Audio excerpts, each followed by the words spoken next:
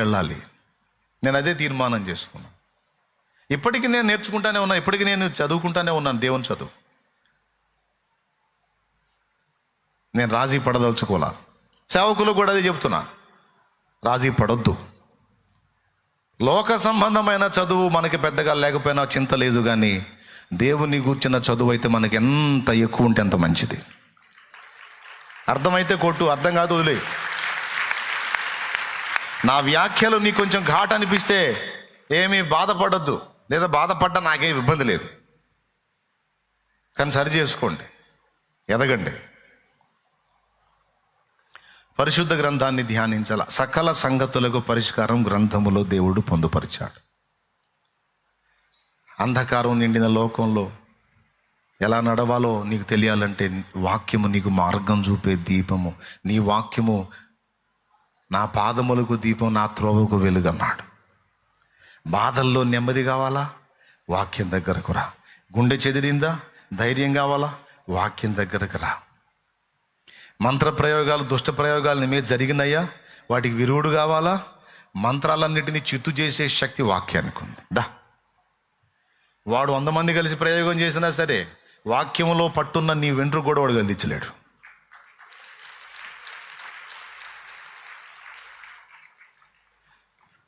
అపవాది వేయుచున్న అగ్ని బాణములను ఖడ్గము వలె అడ్డుకొని ఆపివేయుచున్నది. అపవాది వేయుచున్న అగ్ని బాణములను ఖడ్గము వలె అడ్డుకొని ఆర్పివేయుచున్నది. నీ వాక్యమే నన్ను బ్రతికించెను, బాధలలో నెమ్మదినిచ్చెను. తమ్ముడా, నేను అర్థమవుతుందని చెప్పేది. దేనికైనా వాక్యమే పరిష్కారం. దొంగల్ని పట్టుకోవాలనుందా? వాక్యం దగ్గరికే రా. ఎవడు దొంగ ఎవడో దూరం తేలిపోయింది. ఒక్కొక్కటి బతుకు బయటేసింది వాక్యమే. వాక్య ప్రకారం నడుస్తుంటే వాడు దొర, వాక్యాన్ని దాటిపోతున్నా అంటే వాడు దొంగ. వాక్యమే కొలబద్ద. ఎవడు సత్యం చెప్తున్నాడు, ఎవడు దుర్బోధ చేస్తున్నాడో తెలుసుకోవాలా? వాక్యం దగ్గరికే రా, అదే కొలబద్ద.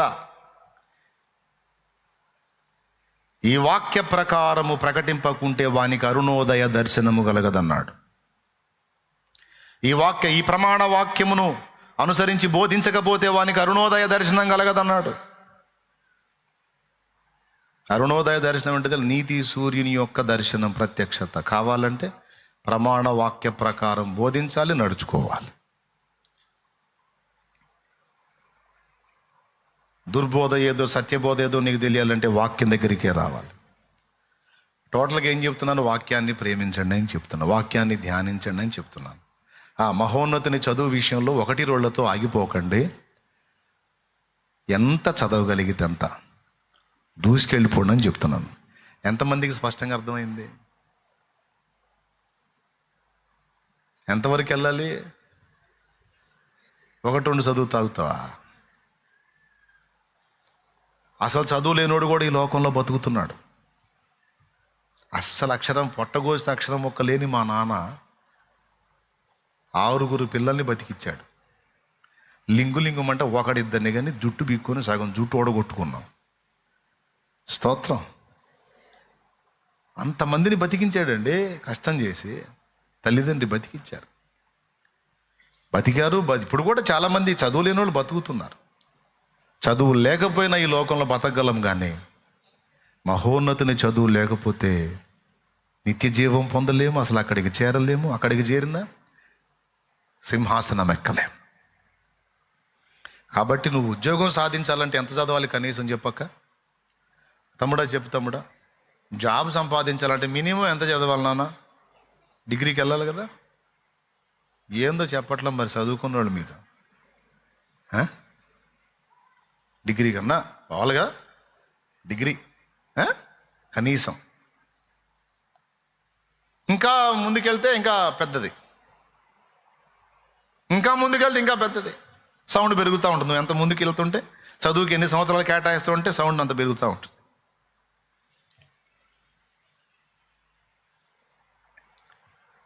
మరి ఏ స్థాయిలో 2 తరగతులు ఎందుకు ఆగిపోవాలి? లోక సంబంధమైన చదువు చదివితే ఉద్యోగం అనే సింహాసనం ఎక్కొచ్చు. అలాగే మహోన్నతుని చదువులో కూడా మనం పరాకాష్ఠకు చేరితే పరలోక సింహాసనం ఎక్కొచ్చు.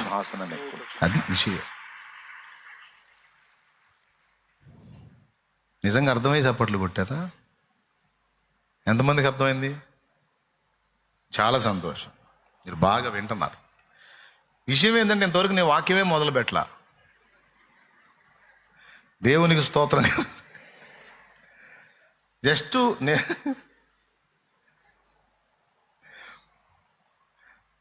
వాక్యం ఎలా స్టడీ చేసుకోవాలనే చెబుతున్నా, అంతే. 4 పాయింట్లు. ఇంకా అసలు నేను వాక్యం మొదలు పెట్టలా అంటే చెల్లి దిగులుగా ముఖం పెట్టింది. ఇంకా వాక్యం మొదలు పెట్టకపోతే ఇంకా స్టార్ట్ చేయలేదంటే ఇప్పుడు స్టార్ట్ చేస్తావా అమ్మ, అది ఇంకెన్ని గంటలు పెట్టిద్ది అన్నట్టు దిగులుగా ముఖం పెట్టింది. ఏం దిగులు పడకరా, ఇదే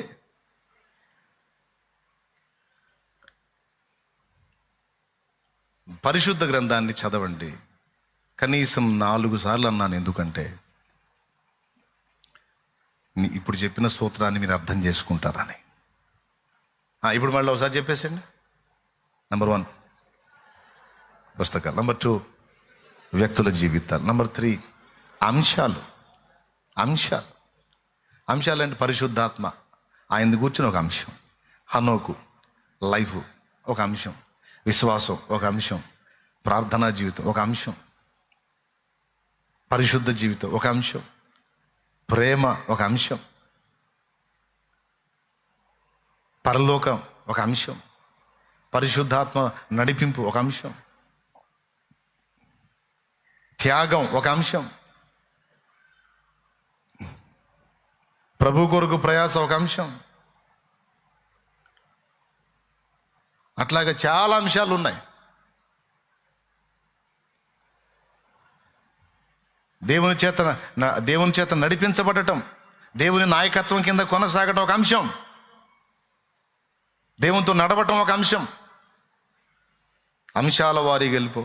4వది వచనం దగ్గరికి రా. ఒకళ్ళు రాశారు, నేను 100 సార్లు బైబిల్ చదివానని. నేను 100 సార్లు బైబిల్ చదివానని. చాలా సంతోషం వేసింది. వెటకారం చేయడానికి రాశారా లేకపోతే హార్ట్ఫుల్గా నిజంగా చదివి రాశారో నాకు డౌట్ వచ్చింది. అయినా నమ్మాను నేను, పర్వాలేదు నిజంగా చదివి ఉండొచ్చు. ఎందుకంటే చదివిన భక్తులు ఉన్నారు. చదవాలి, మంచిది, చాలా సంతోషం. 100 సార్ల కంటే ఎక్కువ చదివానని రాసిన వాళ్ళు కూడా ఉన్నారు. చాలా సంతోషం వేసింది నాకు. ఒక్క మాట నన్ను చెప్పనివ్వండి.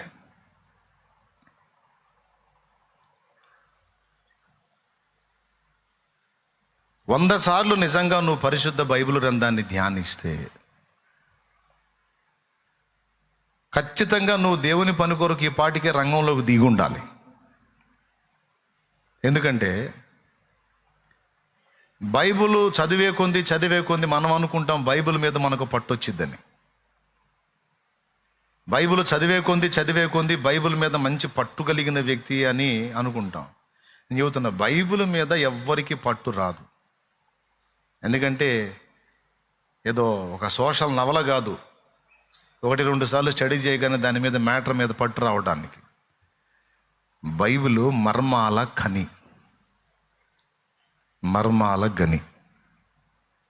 బైబిల్ గ్రంథం చదివే కొద్దీ నీకు బైబిల్ మీద పట్టు రాదు, కానీ బైబిల్కే నీ మీద పట్టు వచ్చింది. బైబిల్ ఎక్కువసార్లు చదివే కొద్దీ నీకు బైబిల్ మీద కమాండింగ్ రాదు, కానీ బైబిల్కి నీ మీద కమాండింగ్ వచ్చింది. నువ్వు బైబిల్ని కంట్రోల్ చేయటం కాదు, నువ్వు ఎక్కువ స్టడీ చేసే కొద్దీ అది నిన్ను కంట్రోల్ చేయటం మొదలుపెట్టింది. కొన్నిసార్లు చదివినందుకే నేను దేవుని సేవ చేయకుండా ఉండలేకపోయా. మరి 100 సార్లు చదివి నువ్వు ఎలా ఉండగలిగావు దేవుని పని చేయకుండా? లేదన్నా నేను చేస్తున్నానంటే అది కూడా మెసేజ్ పెట్టు, సంతోషపడతా. ఒట్టిగా షోగా రాసావా, అట్లయితే మారు మనసు పొందు. బైబిల్ గ్రంథం వినండి, నా అనుభవం నేను చెప్తున్నా. ఒకసారి చదివినప్పుడు రఫ్గా వెళ్ళిపోద్ది, రెండోసారి చదివినప్పుడు వెళ్ళిద్ది, మూడోసారి, నాలుగోసారి వెళ్ళిద్ది, 5వసారి దగ్గర నుంచి మొదటిసారి చదివి జరిగినంత స్పీడ్గా నడవదు. నా అనుభవం అది. మరి మీ అనుభవం ఏందో మరి నాకైతే తెలియదు. ఎందుకంటే 5వసారి దగ్గరకు వచ్చేటప్పటికి వచనాలన్నీ పలకరిస్తుంటాయి. ఇక వచనాల దగ్గర ధ్యానించడం సరిపోతూ ఉంటుంది. ఫస్ట్ ఏం కనపడి చెట్టు కనపడిద్ది, తర్వాత కొమ్మలు కనపడతాయి, తర్వాత ఆ కొమ్మలకున్న ఆకులు, పుష్పాలు, పండ్లు మొత్తం కనపడుతుంటాయి. ఇక 3వ రౌండ్ దాటిన దగ్గర నుంచి ఇక ఆకులు, పుష్పాలు, పండ్లు మొత్తం కుప్పల తెప్పల కనపడుతూ ఉంటాయి. ఒక పండును దాటిపోలేం, ఒక పుష్పాన్ని దాటిపోలేం, ఒక ఆకును కూడా దాటిపోలేం. అయినా మళ్ళీ వచ్చిన ధ్యానించుకుంటా చిన్నగా చదువుకుంటా స్టార్టింగ్లో స్పీడ్గా ఉంటుంది, కానీ ధ్యానించే కొద్దీ స్లో అవుతుంది. దేవునికి స్తోత్రం కలుగును గాక. మామూలుగా ఆచారబద్ధంగా చదువుకుంటూ వెళ్ళటం వేరు, ధ్యానపూర్వకంగా చదవటం వేరు. నేను చదివిన విధానం ధ్యానపూర్వకంగా. అనేక పర్యాయాలు పరిశుద్ధ గ్రంథం చదువుకున్నా, ఇప్పటికీ చదువుకుంటున్నా. ఏదైనా సరే ఈ విషయాన్ని గురించి గ్రంథమంతా ఏం చెబుతుంది, దీని గురించి ఎక్కడెక్కడ వచనాలు పలకరిస్తున్నాయి. అట్లాగా పరిశుద్ధ గ్రంథం కనీసం 4 నుంచి 7 సార్లు చదివి ఉండాలండి. సంవత్సరాలు గడిచిపోయినాయి, బైబిల్ చదవలేదు. సిగ్గు కదా, చెంప కొట్టుకోండి. మరీ సిగ్గులేని బతుకైంది అది అని కొట్టుకోండి. చదవని వాళ్ళు కొట్టుకోండి, చెంప మరీ సిగ్గులేని బతుకైంది అది. బైబిల్ చదవట్లేదు, చదవచ్చు కూడా. చదువురాని తమ్ముడు ఉన్నాడు, మిఖాయిల్ అని.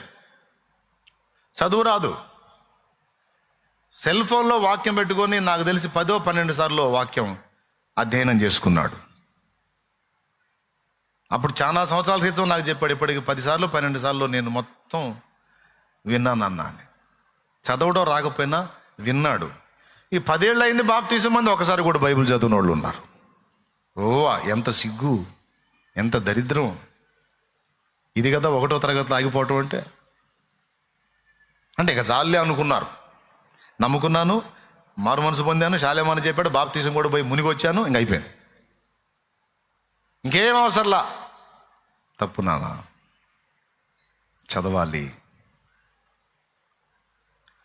సేవకు నన్ను దేవుడు పిలిచినప్పుడు నాతో దేవుడు ముందు చెప్పిన విషయం ఏంటంటే, గ్రంథమును తిను.